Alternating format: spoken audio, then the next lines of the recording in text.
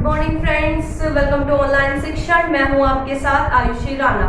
Friends, आज हम history में नया टॉपिक स्टार्ट करेंगे। वो क्या होगा? आज हमारा टॉपिक जो होगा वो होगा वैदिक सभ्यता। आज इसको सब लोग ध्यान से पढ़ेंगे और साथ साथ अपने नोट्स भी बनाते हुए चलेंगे। तो चलिए फ्रेंड्स, अपना टॉपिक जो है स्टार्ट करते हैं। सबसे पहले हम पढ़ेंगे वैदिक सभ्यता कितने टाइप्स की है। कितने टाइप्स की फ्रेंड्स? 2 टाइप्स की हमारी वैदिक सभ्यता है, ऋग्वैदिक सभ्यता या फिर ऋग्वैदिक काल और उत्तर वैदिक काल। कितने हैं? 2 तरीके के हैं, ऋग्वैदिक काल और उत्तर वैदिक काल। ऋग्वैदिक और उत्तर वैदिक।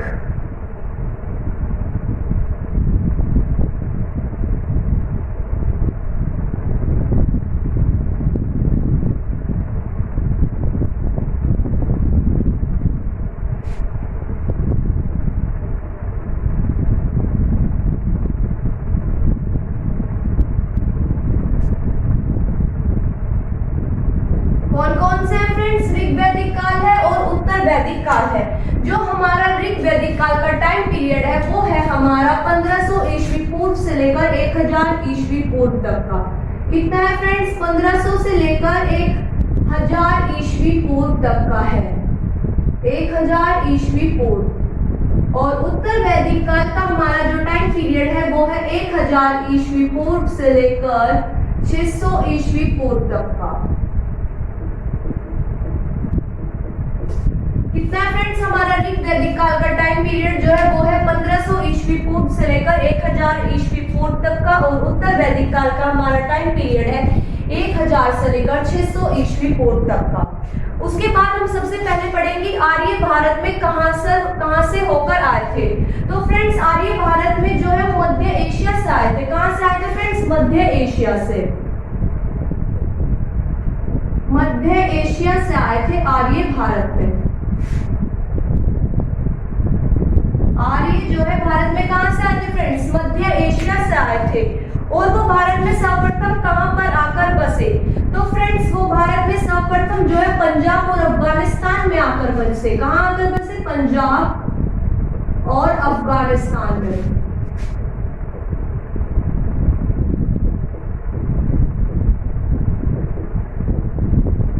कहां आकर बसे फ्रेंड्स? वो भारत में पंजाब और अफगानिस्तान में आकर बसे। मैक्स मुलर ने कहा था कि मैक्स मुलर ने ही ये बात कही थी कि भारत में जो है आर्य वो मध्य एशिया से आए थे और सबसे पहले जो है वो आकर पंजाब और अफगानिस्तान में बसे। उसके बाद आर्यों का वैदिक सभ्यता में आर्यों को क्या कहा गया? तो फ्रेंड्स, आर्य शब्द का अर्थ है श्रेष्ठ। क्या है फ्रेंड्स? आर्य शब्द का अर्थ श्रेष्ठ। ये क्वेश्चन पेपर में पुट अप हो सकता है कि आर्य शब्द का अर्थ क्या है, तो वो है श्रेष्ठ। उसके बाद हम आते हैं कि आर्यों की भाषा कौन सी थी। तो फ्रेंड्स, आर्यों की भाषा थी संस्कृत, जिसको ग्रामीण भी कहा गया है। कौन सी भाषा थी फ्रेंड्स? आर्यों की संस्कृत या ग्रामीण भी कहा गया। इसको क्या कहा गया? ग्रामीण भाषा भी कहा गया है। ये हुई इसकी भाषा, ये हुआ अर्थ आर्य शब्द का। और ये बसे कहां पर आकर? पंजाब में। आए कहां से थे? मध्य एशिया से। वैदिक सभ्यता 2 पार्ट्स में डिवाइड है, ऋग्वैदिक काल और उत्तर वैदिक काल। टाइम पीरियड है हमारा 1500 ईस्वी पूर्व से लेकर 1000 ईस्वी पूर्व तक का। उत्तर वैदिक काल का टाइम पीरियड है 1000 ईस्वी पूर्व से लेकर 600 ईस्वी पूर्व तक का। और ये भारत में आर्य कहां से आए थे? तो फ्रेंड्स, वो आए थे आर्य भारत में मध्य एशिया से। कहां पर आकर सबसे पहले बसे? तो पंजाब और अफगानिस्तान में आकर बसे। इनकी भाषा कौन सी थी? वो थी संस्कृत या फिर उसको ग्रामीण भी कहा गया है। आर्य शब्द का अर्थ क्या है? तो फ्रेंड्स, आर्य शब्द का अर्थ है श्रेष्ठ। और ये सब बातें किसने कही आर्यों के बारे में? तो वो कही थी मैक्स मुलर ने। किसने कहा था फ्रेंड्स? मैक्स मुलर ने कहा था। उसके बाद हम आगे पढ़ते हैं कि विश्व के प्रधान को क्या कहते थे। तो फ्रेंड्स, विश्व के प्रधान को क्या कहा जाता था? विश्व के प्रधान को विश्वपति कहा जाता था। कौन से काल में? ऋग्वैदिक काल में। विश्व के प्रधान को विश्वपति कहा जाता था।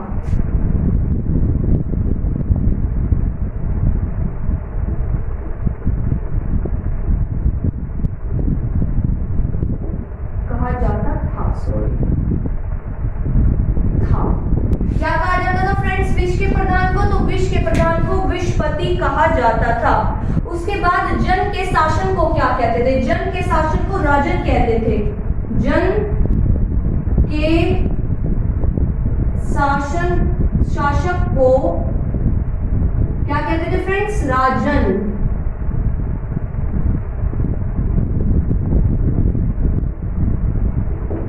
विष के प्रधान को विषपति कहते थे, जन के शासक को क्या कहते थे फ्रेंड्स? राजन कहते थे। उसके बाद जो है उस काल में दो तरीके की समिति थी, सभा और दो तरीके की समितियां थी। कौन कौन सी थी? तो जो राजा को सलाह देती थी तो वो थी सभा और समिति, और दोनों में ही जो है स्त्रियां भाग ले सकती थी। कितने प्रकार की समितियां थी? सभा और समिति दो प्रकार की थी, सभा और समिति। स्त्रियां जो है वो दोनों में पार्टिसिपेट कर सकती थी। जो महिलाएं थी फ्रेंड्स वो दोनों में पार्टिसिपेट कर सकती थी।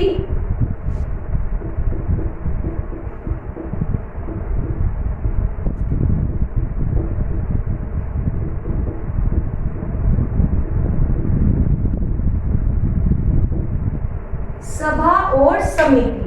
उसके बाद आते हैं युद्ध के लिए ये लोग क्या प्रयोग करते थे? तो ये युद्ध के लिए ये लोग गविष्ट का शब्द का प्रयोग करते थे। कौन से शब्द का प्रयोग करते थे फ्रेंड्स? गविष्ट।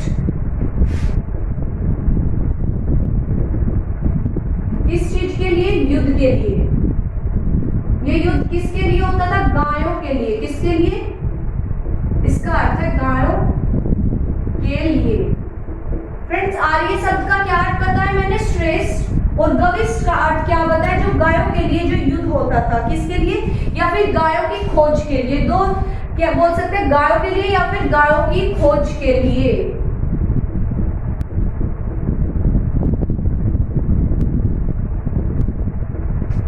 आर्य शब्द का अर्थ है श्रेष्ठ और गविष्ट शब्द का अर्थ है गायों की खोज या फिर गायों के लिए जो युद्ध होता था। उसके बाद आते हैं वाजपति गोचर भूमि का अधिकारी होता था। कौन सा फ्रेंड? भूमि का अधिकारी वाजपति गोचर। वाजपति गोचर भूमि का अधिकारी होता था। किसका होता था फ्रेंड्स? भूमि का अधिकारी।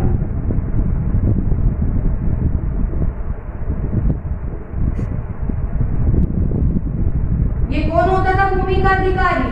तो वो होता था फ्रेंड्स वाजपति गोचर। अब हम इससे आगे क्या पढ़ेंगे? इससे आगे हम पढ़ेंगे कि आर्य जो समाज था वो कैसा समाज था। आर्य समाज जो है हमारा पितृसत्तात्मक था। कैसा था फ्रेंड? पितृसत्तात्मक।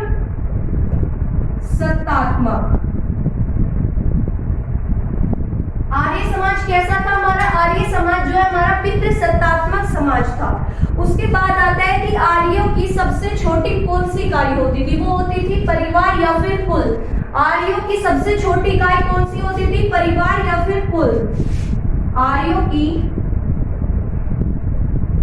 सबसे छोटी इकाई, सबसे छोटी इकाई जो है फ्रेंड्स वो होती है परिवार या फिर कुल।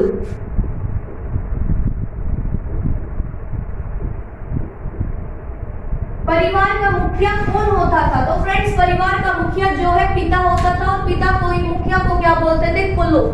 परिवार का मुखिया कौन होता था? पिता। और उसको हम क्या बोलते? उसको वो लोग क्या बोलते थे? कुल। पिता जो है वो परिवार का मुखिया होता था, उनको क्या बोलते थे? कुल्लू। इसके बाद हम आगे आते हैं कि उस टाइम पर जो है स्त्रियां इस टाइम पर जो है अपने पति के साथ यज्ञ के कार्यों में जो है भाग ले सकती थी या फिर यज्ञों में भाग ले सकती थी। स्त्रियां अपने पतियों के साथ यज्ञ में भाग ले सकती थी ऋग्वैदिक काल में। उसके बाद आगे आता है कि बाल विवाह और प्रथा प्रथा की कोई प्रचलन नहीं था ऋग्वैदिक काल में। बाल विवाह और प्रथा प्रथा का कोई भी तरीके का प्रचलन नहीं था जो है इसमें ऋग्वैदिक काल में। उसके बाद आता है विधवा अपने पति के भाई से शादी कर सकती थी। विधवा अपने मृत पति के भाई से शादी कर सकती थी। उसके बाद जीवन भर अविवाहित रहने वाली स्त्री को क्या कहा जाता था? फ्रेंड्स अमाजू कहा जाता था। जीवन भर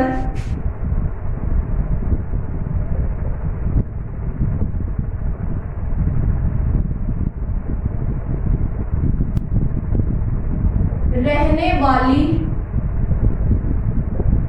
स्त्री को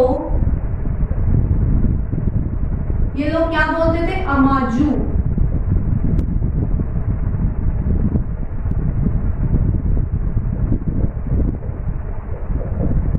सभी के समझ आ रहा है ना प्रॉपर्ली?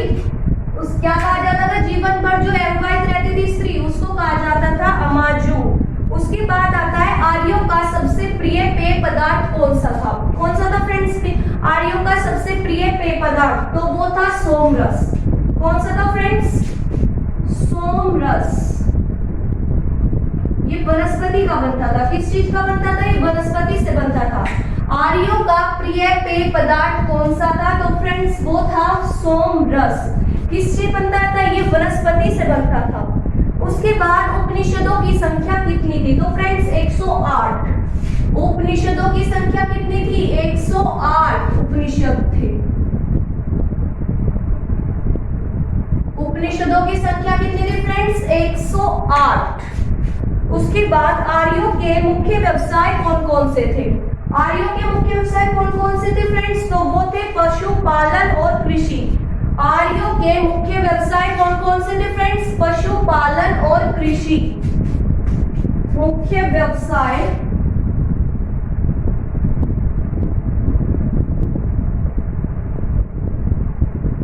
पशुपालन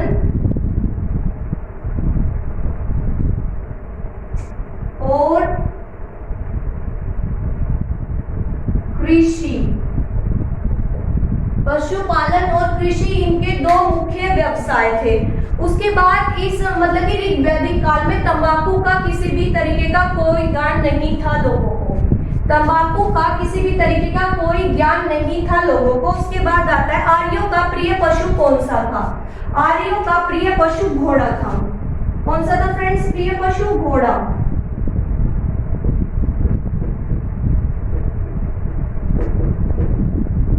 प्रिय पशु कौन सा था आर्यों का? तो वो था घोड़ा। उसके बाद आता है इनका प्रिय देवता। तो फ्रेंड्स आर्यों का प्रिय देवता जो है वो इंद्र थे। कौन थे प्रिय देवता आर्यों के? प्रिय देवता ऋग्वैदिक काल में आर्यों के कौन थे? इंद्र। प्रिय पशु घोड़ा, प्रिय देवता इंद्र। उसके बाद आता है ऊनी कपड़ों को ये लोग क्या कहते थे? सामूल्य।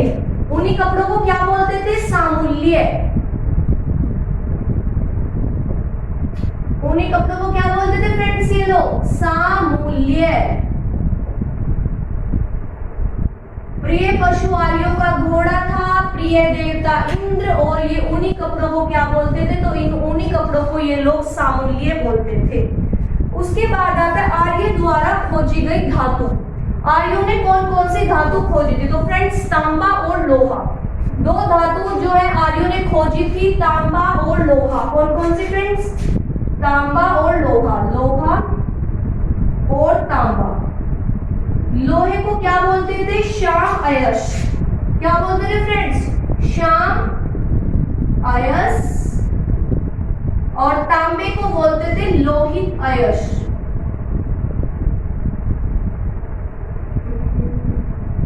तांबे को क्या बोलते थे? लोहित अयस। लोहे को बोलते थे श्याम अयस और तांबे को ये लोग बोलते थे लोहित अयस। उसके बाद गायों की हत्या करने के लिए क्या दंड था? तो फ्रेंड्स वो था मृत्यु दंड या फिर देश निकाला। दो तरीके के दंड थे जो गायों की हत्या करते थे उनके लिए। एक तो था मृत्यु दंड और दूसरा कौन सा था? देश निकाला।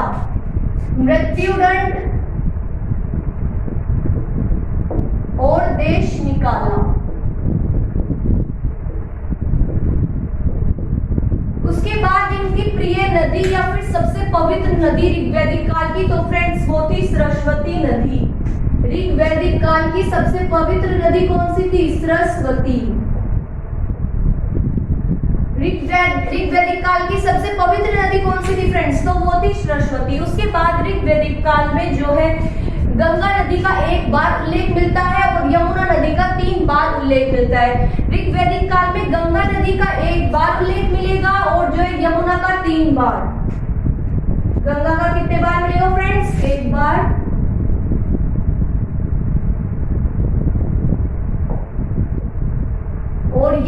का जो है वो 3 बार उल्लेख मिलता है। सबसे ज्यादा जो उल्लेख मिलता है वो मिलता है सिंधु नदी का। ऋग वैदिक काल में सबसे ज्यादा बार किसका उल्लेख मिलता है, तो वो मिलता है सिंधु नदी का। सबसे पवित्र नदी हो गई हमारी सरस्वती। गंगा का 1 बार उल्लेख मिलता है और यमुना का 3 बार मिलता है। सबसे ज्यादा बार मिलता है सिंधु नदी का। उसके बाद फ्रेंड्स हम आते हैं उत्तर वैदिक काल पर। कौन से काल पर आते हैं, उत्तर वैदिक काल पर। इसका टाइम पीरियड क्या है, 1000 से लेकर 600 ईस्वी पूर्व तक का। उत्तर वैदिक काल का टाइम पीरियड कितना है, 1000 से लेकर 600 ईस्वी पूर्व तक का। उत्तर वैदिक काल में इनके जो देवता थे, प्रिय देवता प्रजापति थे। कौन थे, प्रजापति। ऋग वैदिक काल के प्रिय देवता थे इंद्र, उत्तर वैदिक काल के प्रिय देवता थे प्रजापति। उसके बाद आता है उत्तर वैदिक काल में वर्ण व्यवस्था जन्म के आधार पर थी। उत्तर वैदिक काल में वर्ण व्यवस्था किसके आधार पर थी, जन्म के आधार पर। फ्रेंड्स हमने जो है ऋग वैदिक काल में एक चीज छोड़ दी है कि जो क्या छोड़ा हमने इसमें हमने छोड़ा है कि ऋग वैदिक समाज को व्यवसाय के आधार पर 4 भागों में बांटा गया था। ऋग वैदिक समाज को व्यवसाय के आधार पर 4 भागों में बांटा गया था। एक था ब्राह्मण, क्षत्रिय, वैश्य और शूद्र। 4 भागों में बांटा गया था ऋग्वैदिक समाज को। ब्राह्मण, वैश्य, क्षत्रिय, ब्राह्मण, क्षत्रिय, वैश्य, फिर लास्ट में था शूद्र। कितने भागों में बांटा गया था ऋग्वैदिक समाज को, तो वो बांटा गया था 4 भागों में। ब्राह्मण, क्षत्रिय, उसके बाद आता था वैश्य और लास्ट था शूद्र। और जो हमारा उत्तर वैदिक काल था इसमें जो है जन्म के आधार पर बांटा गया था। क्या बांटा गया था, वर्ण व्यवस्था किस आधार पर बांटी गई थी, जन्म के आधार पर। क्या बांटा गया था, जन्म के आधार पर वर्ण व्यवस्था। उसके बाद आते हैं उत्तर वैदिक काल में हल को क्या बोलते थे। तो फ्रेंड्स उत्तर वैदिक काल में हल को जो है सीरा बोलते थे। क्या बोलते थे हल को, सीरा। और हल की रेखा को बोलते थे सीता। हल की रेखा को सीता बोलते थे। हल को सीरा बोलते थे और हल की रेखा को जो है ये लोग सीता बोलते थे। सत्यमेव जयते हमने कौन से उपनिषद से लिया गया, मोस्ट इंपोर्टेंट क्वेश्चन है कि सत्यमेव जयते कौन से उपनिषद से लिया गया। तो वो लिया गया है फ्रेंड्स मुंडको उपनिषद से। कौन से लिया गया है, सत्यमेव जयते, तो मुंडको उपनिषद से। सत्यमेव जयते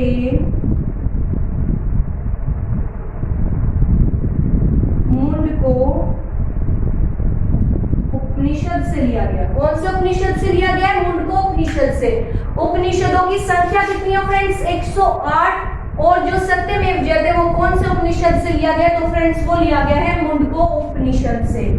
उसके बाद आता है उत्तर वैदिक काल में सर्वप्रथम कौन से नगर में पक्की ईंटों का प्रयोग हुआ था।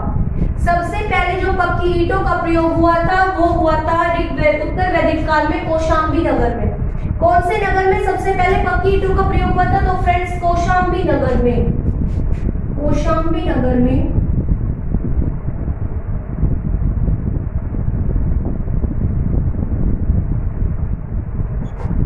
सबसे पहले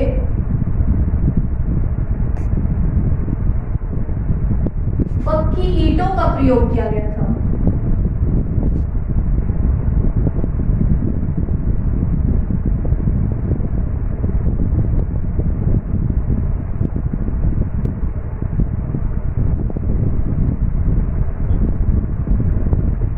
और उसके बाद आता है उत्तर वैदिक काल के 2 महाकाव्य, तो वो थे महाभारत और रामायण। उत्तर वैदिक काल के 2 महाकाव्य तो वो थे फ्रेंड्स महाभारत और रामायण। महाभारत को पुराणों में क्या महाभारत का पुराना नाम क्या था, जय संहिता। महाभारत का पुराना नाम क्या था फ्रेंड्स, जय संहिता।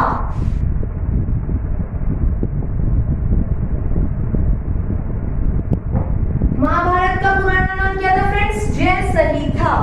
जो पूरे विश्व का सबसे बड़ा महाकाव्य कौन सा, तो फ्रेंड्स वो है महाभारत।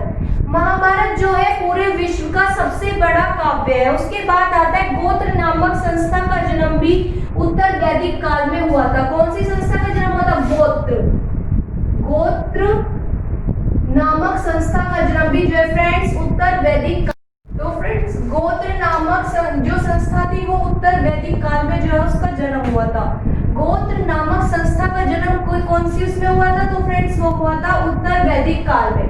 अब इसके बाद हम पढ़ेंगे प्रमुख दर्शन एवं उनके प्रवर्तक। क्या पढ़ेंगे फ्रेंड्स? अब हम प्रमुख दर्शन एवं उनके प्रवर्तक, दर्शन और प्रवर्तक। तो फ्रेंड्स योग दर्शन के प्रवर्तक कौन थे? तो फ्रेंड्स योग दर्शन के प्रवर्तक थे पतंजलि। योग दर्शन के प्रवर्तक कौन थे फ्रेंड्स? पतंजलि। और न्याय दर्शन के प्रवर्तक थे गौतम ऋषि। न्याय दर्शन के प्रवर्तक कौन थे फ्रेंड? गौतम ऋषि। योग दर्शन के थे पतंजलि, न्याय दर्शन के थे गौतम ऋषि। And the third one is Charvaka दर्शन के जो प्रवर्तक थे वो थे चार्वक। कौन थे? चार्वक दर्शन के जो प्रवर्तक थे फ्रेंड्स तो वो थे चार्वक। चार्वक दर्शन के प्रवर्तक कौन थे फ्रेंड्स? चार्वक। उसके बाद आता है सांख्य दर्शन। सांख्य दर्शन के जो प्रवर्तक थे तो फ्रेंड्स वो थे कपिल मुनि। कौन थे फ्रेंड्स? सांख्य दर्शन के प्रवर्तक कपिल मुनि। पतंजलि जो थे वो योग दर्शन के प्रवर्तक थे, गौतम ऋषि न्याय दर्शन के, चार्वक दर्शन के, कपिल मुनि जो फ्रेंड्स वो थे सांख्य दर्शन के। उसके बाद आता है पूर्व मीमांसा। पूर्व मीमांसा के प्रवर्तक कौन थे? तो फ्रेंड्स वो थे जैमिनी राय। पूर्व मीमांसा के प्रवर्तक कौन थे फ्रेंड्स? जैमिनी राय। And another one is Uttar Mimamsa. Uttar मीमांसा के प्रवर्तक कौन थे? तो फ्रेंड्स वो थे बादरायण। उत्तर मीमांसा के प्रवर्तक कौन से फ्रेंड्स? तो वो थे बादरायण। उसके बाद आता है and the last one is Vaisheshika दर्शन। वैशेषिक दर्शन के प्रवर्तक कौन थे फ्रेंड्स? तो वो थे कनाद एवं उल्लूक। वैशेषिक दर्शन के प्रवर्तक कौन थे फ्रेंड्स? तो वो थे कनाद या उल्लूक। तो फ्रेंड्स जो है हमने इसका पूरा टॉपिक जो है कवर कर लिया आज वैदिक सभ्यता का।